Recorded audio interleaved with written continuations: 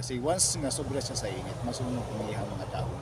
So inana na to pag take care ang ato ang mga tanom sama aning anthurium nga different colors. So iyon po guys ang ating update para na po kuy may tabang sa inyo ha kung saan na to pag-alaga sa ato ang mga tanom sama sa anthurium. So guys, thank you po sa atong tips this morning. Salamat po sa inyong pag uh, share sa atong live cast this morning kanina. Ug ito ang akong tips nga ihatag sa inyo. Salamat kayo guys. So ito yun po nga to ang atong kuan pang livelihood para sa atong mga lay partners para sila po maka-share ta sa blessing sa uban. So yun po guys, salamat po kayo sa atong tanan. O God bless you all. And ito na yung flower na to. Different colors.